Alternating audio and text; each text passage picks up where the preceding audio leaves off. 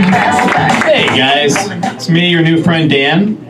First off, I just want to say thank you all so much for being here. You guys should give yourselves a round of applause. Give yourselves a round of applause. There we go. Because I think the only thing worse than being asked to help somebody move or drive them to the airport is being asked to go to somebody's comedy show. So thank you. I think we can also all agree on one other thing, and that is that I seem like a good person. Correct? Yeah. I hold doors open for people. I wave when I cut you off in traffic. The other day I read that the most asked for item in a homeless shelter was socks. So I went out and I gave a homeless guy 10 pairs of socks that day.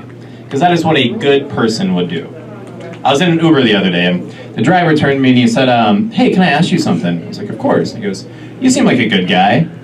Why is your Uber score so low? My first thought on that was, I have an Uber score? But then my second thought was, how can my Uber score be low? I'm a good person. I voted for Bernie Sanders. My entire Facebook page covered in liberal crap. How can I be a bad person? And then I started thinking, I realized, you know what? Maybe I'm not such a good person. Maybe I'm actually a piece of shit. Because there's a difference between your actions and your intentions.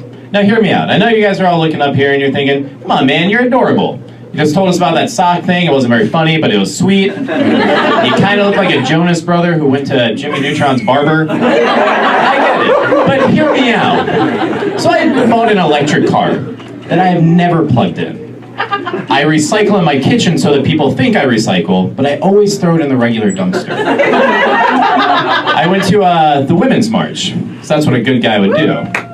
But I'm at the Women's March, and I realized that no one seemed to know what direction they were walking in, and all I could think was, well, of course not. We're at a women's march. Now, if that doesn't prove I'm a piece of shit, then maybe this will. I'm pretty sure I do this whole little bit just as an excuse to tell a room full of strangers that I once gave a homeless guy 10 pairs of socks. I turned 30 recently, which was great, because when I wanted to go home at 11 o'clock, nobody tried to stop me. Because when you're 30, you're allowed to be tired. I've noticed some differences in my life now that I'm in my 30s. You know, for example, in my 20s, I used to hit up the club, and I would dance and have a really good time. And now that I'm in my 30s, I still go to the club every now and then. Love the club. But it's a little different. For example, I don't really dance, because I learned in my 20s I'm a bad dancer. I more so sit in the corner and drink by myself, listen to the music. And I've come to realize that none of those songs are relatable to a 30-year-old. I have already learned that tonight is not the last night. I'm not going to find love, and this isn't going to be the best night of my life. I know better now.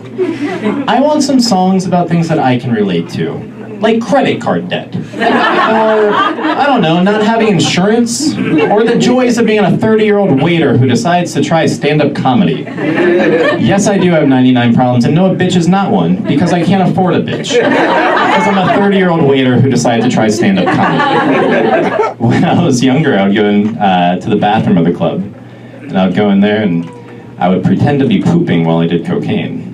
But now that I'm older, I go in the bathroom and I pretend to do cocaine while I'm actually pooping. That's the song that I want to hear me say. I've also gotten a little bit smarter in my 30s. You know, when I was in my 20s, I refused to wear a helmet, I refused to wear a seatbelt, I refused to wear condoms. But now, I believe in safe sex. In fact, I am so safe with sex that I've started to wear condoms when I send my dick pics. Yeah, you laugh, but it's 100% effective in preventing STDs, because it's 100% effective in preventing me from having sex at all. Hashtag still single. You guys remember when a hashtag was just a pound sign? Sometimes I wonder if the asterisk ever gets jealous.